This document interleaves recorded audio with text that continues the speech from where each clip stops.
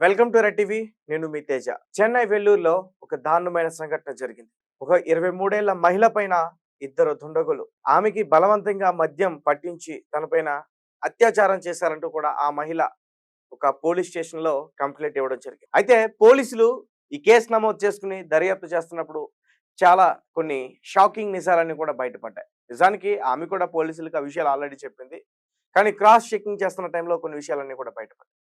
నిజానికి ఆ మహిళకి ఎవరైతే 23 ఏళ్ల మహిళ ఉందని చెప్పుకుంటున్నామో, ఆ మహిళకి ఇద్దరు అబ్బాయిలు మద్యం బలవంతంగా పట్టించలే. ఆ మహిళకి అలవాటుంది. కేవలం మద్యమే కాదు, సిగరెట్ కూడా అలవాటుంది. అయితే వెల్లూరుకి చెందిన ఆ మహిళ తల్లిదండ్రులతో కలిసి ఆ ప్రాంతంలో ఉంటుంది. అయితే ఇంతకు ముందు 6 మంత్స్ బ్యాక్ ఆమె ఒక టెక్నికల్ కంపెనీలో జాబ్ చేస్తూ ఉండేది. అక్కడ ఈమెకి ఫ్లోరిడా అనే ఒక అమ్మాయి పరిచయమైంది. అప్పుడే జాబ్ చేస్తున్న టైంలోనే ఇద్దరు కలిసి సరదాగా ఒక హోటల్ బుక్ చేసుకొని, అందులో మద్యం సేవించి, సిగరెట్లు తాగి, కాలక్షేపం చేసి తర్వాత ఎవరింటికి వాళ్ళు వెళ్ళిపోయేవారు. తర్వాత ఆ జాబ్ నచ్చక ఈ మహిళ జాబ్ మానేసింది. అంటే వీళ్ళ ఫ్రెండ్‌కి గ్యాప్ వచ్చింది. ఇద్దరి మధ్య చాలా గ్యాప్ పెరిగిపోయింది. దాని తర్వాత కలుద్దాం అని ప్రయత్నించారు. కానీ కలవలేకపోయారు కొన్ని కారణాల వల్ల. అయితే రీసెంట్‌గా సమయం దొరికింది. ఆ ఫ్లోరిడాకి కాల్ చేసింది. మనిద్దరం కలిసి చాలా రోజులైంది. ఏకాంతంగా గడిపి చాలా రోజులైంది. మనిద్దరం కలుద్దామా మళ్ళీ అని చెప్పేసి ఫ్లోరిడా అడగడం జరిగింది. దానికి ఈ 23 ఏళ్ల మహిళ ఓకే చెప్పింది. తర్వాత ఇద్దరు కలిసి ఒక హోటల్‌ని బుక్ చేశారు. ఫ్లోరిడానే బుక్ చేసింది హోటలు. అయితే నుంగంబొక్కం అనే ఒక ప్రాంతం దగ్గర ఒక హోటల్ బుక్ చేశారు. పూర్తిగా మద్యం గూడా కొనుక్కున్నారు. సిగరెట్లు గూడా కొనుక్కున్నారు. ఇద్దరు ఆ రూమ్‌లోకెళ్లారు. దాని తర్వాత ఇద్దరు కూడా మంచిగా ఆ మద్యం సేవించి సిగరెట్లు తాగుతున్నారు. ఈలోపు ఫ్లోరిడా ఇద్దరు అబ్బాయిల్ని తీసుకొచ్చింది. వాళ్ళిద్దరూ కూడా చాలా మంచివాళ్ళు. నాకు చాలా బాగా క్లోజ్ అంటూ కూడా వాళ్ళని తీసుకొచ్చింది. వాళ్ళు కూడా వీళ్ళతో కలిసి పూర్తిగా మద్యం సేవించారు. తర్వాత మళ్ళీ భోజనం టైంకి బయటికెళ్ళి కొంచెం తినేసొచ్చారు. తర్వాత వాళ్ళు కూడా లోపలికొచ్చారు. ఆ మద్యం మత్తులో ఏం జరిగిందో, ఏమయిందో, ఎలా జరిగిందో, ఎవరు మొదలుపెట్టారో ఏమి కూడా ఆ మహిళకి అర్థం కాలేదంట. ఆమె పొద్దున్న తెల్లవారుజామున ఆ రోజు అక్కడే అదే హోటల్‌లో స్టే చేశారు. తెల్లవారుజామున సుమారు 4:30 గంటల టైంలో లేచిందంట. మెలుకువ వచ్చిందంట సడెన్‌గా. వచ్చిన తర్వాత చూసుకుంటే ఒంటి పైన దుప్పటి లేదు, తన దుస్తులు లేవు. అంటే పూర్తిగా న్యూడ్‌గా ఉంది. తన పక్కన ఒక అబ్బాయి, ఎవరైతే ఇద్దరు ఫ్రెండ్స్ అని చెప్తున్నామో, ఒకరు మానసే, ఇంకొకరు అగ్నీష్. ఒకరికి 29 సంవత్సరాలు, ఇంకొకరికి 30 సంవత్సరాలు. సో, వీళ్ళు కూడా వాళ్ళతో పాటు మద్యం సేవించారు.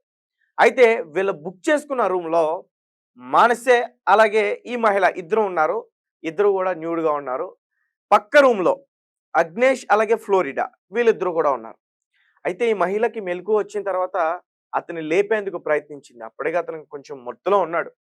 నేనిప్పుడేం మాట్లాడలేను అని జెప్పేసి అతను చెప్తా ఉన్నాడు. ఆమెకి చాలా విపరీతంగా కోపం వచ్చింది. తనను కొట్టే ప్రయత్నం చేసింది గట్టిగా. అయితే మొత్తానికి ఆ అబ్బాయి ఆ స్పృహలోకొచ్చాడు. ఆ మత్తు వదిలి స్పృహలోకొచ్చి ఆహ్, నన్ను క్షమించాలి, తప్పు జరిగిపోయింది తాగిన మత్తులో అని జెప్పి. అయితే తన పైన అత్యాచారం చాలా దారుణంగా చేశాడంట. ఎందుకంటే ఆమె టెస్ట్‌లకెళ్ళిన తర్వాత డాక్టర్స్ ఇచ్చిన రిపోర్ట్స్ ప్రకారం చాలా విషయాలన్నీ కూడా చూస్తే షాక్ అయిపోతారు. తనే షాక్ అయిపోయిందంట. ఇంత ఘోరంగా అత్యాచారం చేస్తారని చెప్పేసి. అయితే పోలీసులు కంప్లెయింట్ నమోదు చేసుకున్నారు. ఫ్లోరిడాని, అలాగే అగ్నీష్‌ని, మానసేని ముగ్గురిని కూడా అదుపులోకి తీసుకొని పూర్తిగా విచారించారు. అసలేం జరిగింది? ఎవరు ఈ పార్టీకి పిలిచారు?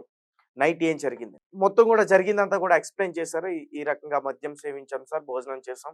తర్వాత అనుకోకుండా ఇట్లా జరిగిపోయింది సార్ అంటూ కూడా చెప్పారు. అంటే ఈ మహిళకి మద్యం సేవించినప్పుడు మైకంలో లేదు, స్పృహలో లేదు అనేది ఇప్పుడు పోలీసులు నమ్మాలా? మీరేమంటారు? నువ్వప్పుడే జాగ్రత్తగా ఉంటే నీకు ఆ ఘటన జరిగుండేది కాదుగా. నీ ఫ్రెండ్‌ని నమ్మవు కరెక్టే.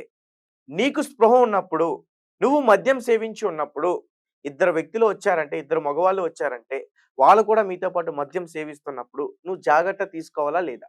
కానీ అవేమి జాగ్రత్తలు తీసుకోకుండా, మద్యం మత్తులో నువ్వుండి, తర్వాత అక్కడ జరిగిన ఆ సిట్యుయేషన్ అంతా కూడా ఇష్టపూర్వకంగా జరిగిందా? లేకపోతే ఇష్టం లేకుండా జరిగిందా? మొత్తానికి నువ్వు మత్తులో ఉన్నావు. స్పృహ అయితే ఉంటుంది కదా! నోట్లో నుంచి మాటలొస్తాయి కదా!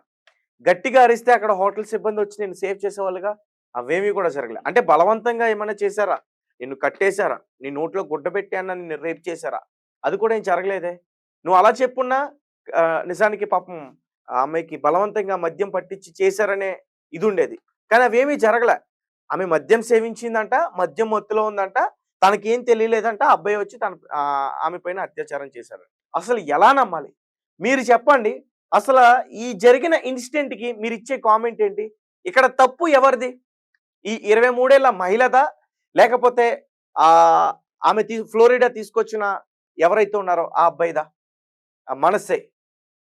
అంటే నీ శరీరం పైన ఏం జరుగుతుందనేది నీకు తెలీదు. నీకు స్పృహొచ్చిన తర్వాత తెలిసింది.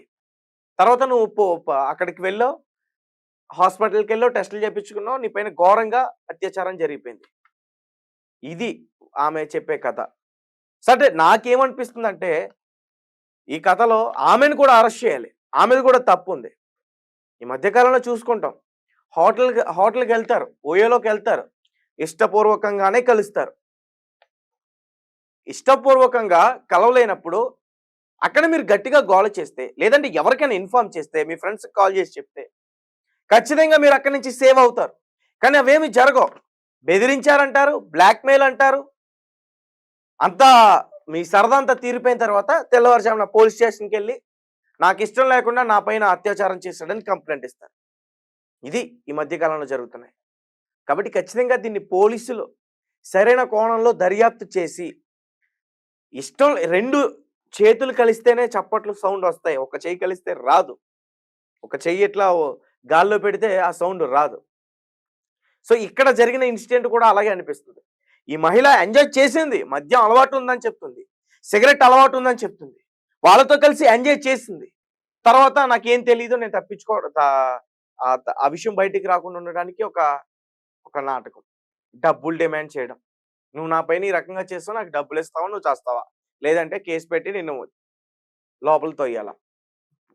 కేసులో బుక్ చేసి జైల్లో పెట్టించాల. ఇలా చాలా బ్లాక్‌మెయిల్స్ జరుగుతా ఉన్నాయి బయట.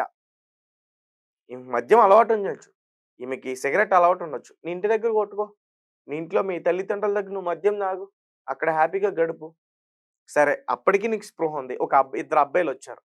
ఇద్దరు అబ్బాయిలొచ్చినప్పుడు నువ్వు జాగ్రత్త పడాలా లేదా? మద్యం తాగి నువ్వు స్పృహ కోల్పోతున్నప్పుడు అప్పుడే నువ్వు డోర్ లాక్ చేసుకోవాలా లేదా? అవేమీ చేయలేరు. సరే అప్పటికి నువ్వు మత్తులో ఉన్నావు. నీ పైన నీ శరీరం పైన ఎవరో తాగుతున్నారు. స్పృహ తెలుస్తుంది కదా! నువ్వు గట్టిగా కేకలేస్తే హోటల్ సిబ్బంది వస్తారు కదా! అది కూడా చేయలే. జరిగిందంతా జరిగిపోయింది.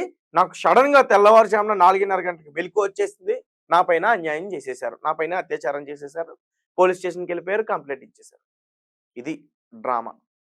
నాకప్పుడే అర్థమైంది. 6 మంత్స్ నుంచి జాబ్ లేదు. 6 మంత్స్ ముందు జాబ్ ఉంది. దాని తర్వాత జాబ్ లేదు. ఇష్టానుసారం అక్కడ ప్రవర్తించి అబ్బాయిని బ్లాక్‌మెయిల్ చేసి డబ్బులు కొట్టేయడానికి డ్రామా ఇది.